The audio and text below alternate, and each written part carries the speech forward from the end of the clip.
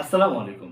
আজকে আইপিএল এর বিগ একটা ম্যাচ রয়েছে। আর এই ম্যাচেরই প্রেডিকশন করতে আমরা চলে আসলাম।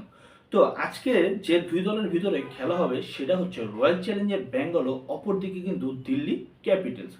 দেখুন, রয়্যাল চ্যালেঞ্জার ব্যাঙ্গালোর এখন পর্যন্ত আইপিএল এ চারটি ম্যাচ খেলেছে, যার ভিতরে তারা তিনটিতেই জয়লাভ করেছে। হ্যাঁ, তিনটি অ্যাওয়ে ম্যাচ কিন্তু তারা জিতে গিয়েছে, কিন্তু তাদের হোম গ্রাউন্ড চেন্নাস্বামী স্টেডিয়াম, সেখানে কিন্তু গুজরাতের বিপক্ষে একটি ম্যাচ হেরে গিয়েছে। অপরদিকে যদি আমি দিল্লি ক্যাপিটালসের কথা বলি, দিল্লি ক্যাপিটালস কিন্তু বেশ ছন্দে রয়েছে। তারা এখন পর্যন্ত আইপিএলে তিনটি ম্যাচ খেলেছে এবং তিনটি ম্যাচই কিন্তু জয়লাভ করেছে।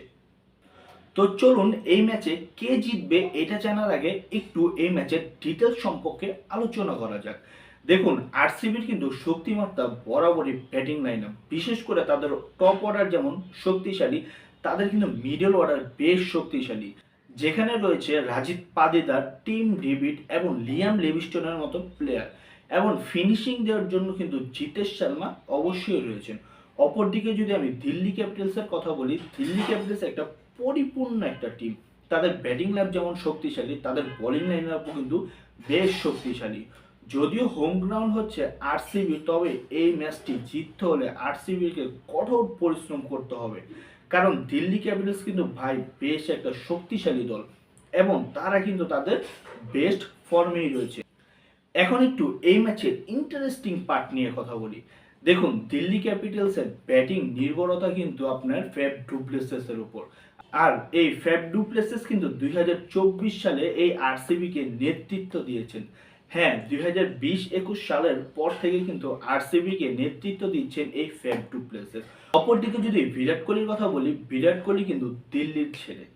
আবার যদি দিল্লি ক্যাপিটালসের কেএল রাহুলের কথা বলি, কেএল রাহুল কিন্তু এই রয়্যাল চ্যালেঞ্জার ব্যাঙ্গালোর ছেলে। তো এই ম্যাচটা হচ্ছে আপন জনদের ভিতরে ফাইট করার মতোই ম্যাচ।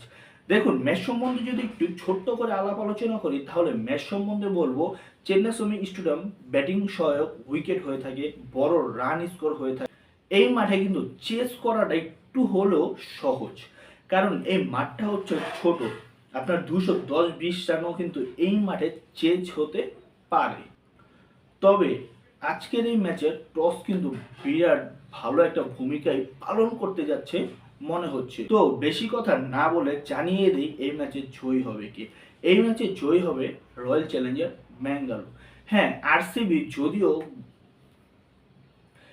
আরসিবি যদিও এই মাঠে প্রথম ম্যাচ হেরেছে, তবে আরসিবি কিন্তু এই মাটিতে বেশ শক্তিশালী। তাদের হোম গ্রাউন্ড কিন্তু এই চেন্নাস্বামী স্টেডিয়াম। তো হোম গ্রাউন্ডে প্রথম ম্যাচ হারলেও দিল্লির বিপক্ষে তারা কামব্যাক করবে, এটাই বোঝা যাচ্ছে।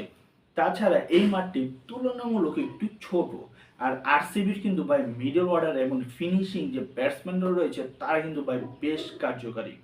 তাই আমার মতে আজকের এই ম্যাচে অবশ্যই আরসিবি জিতবে।